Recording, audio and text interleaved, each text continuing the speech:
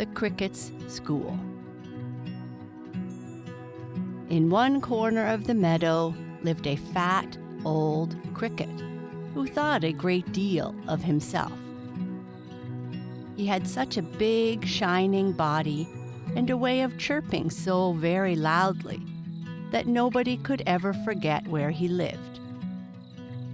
He was a very good sort of cricket, too, ready to say the most pleasant things to everybody. Yet, sad to say, he had a dreadful habit of boasting. He had not always lived in the meadow, and he liked to tell of the wonderful things he had seen and done when he was younger and lived up near the white farmhouse. When he told these stories of what he had done, the big crickets around him would not say much, but just sit and look at each other. The little crickets, however, loved to hear him talk, and would often come to the door of his house, which was a hole in the ground, to beg him to tell them more. One evening, he said he would teach them a few things that all little crickets should know. He had them stand in a row and then began. "With what part of your body do you eat?" "With our mouths," all the little crickets shouted. "With what part of your body do you run and leap?" "Our legs," they cried.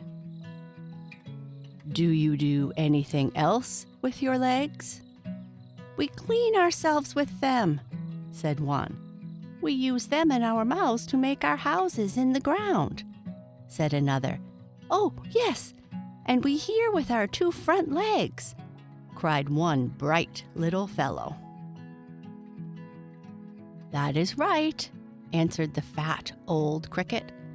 "Some creatures hear with things called ears that grow on the sides of their heads, but for my part, I think it is much nicer to hear with one's legs, as we do." "Why, how funny it must be not to hear with one's legs as we do," cried all the little crickets together. "There are a great many strange things to be seen in the great world," said their teacher. "I have seen some terribly big creatures with only 2 legs and no wings whatsoever." "How dreadful!" all the little crickets cried. "We wouldn't think they could move about at all." "It must be very hard to do so," said their teacher. "I was very sorry for them." And he spread out his own wings and stretched his 6 legs to show them how he enjoyed them. "But how can they sing if they have no wings?" asked the bright little cricket. "They sing through their mouths, in much the same way that the birds have to." "I am sure it must be much easier to sing by rubbing one's wings together, as we do," said the old teacher. "I could tell you many strange things about these 2-legged creatures and the houses in which they live, and perhaps some day I will.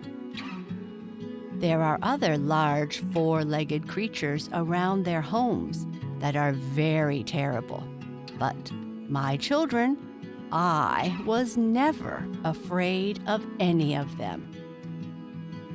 I am one of the truly brave people who are never frightened, no matter how terrible the sight. I hope, children, that you will always be brave like me. If anything should scare you, do not jump or run away. Stay right where you are and..." But the little crickets never heard the rest of what their teacher began to say, for at that minute, Brown Bess, the cow, came through a broken fence toward the spot where the crickets were. The teacher gave one shrill chirp and scrambled down his hole.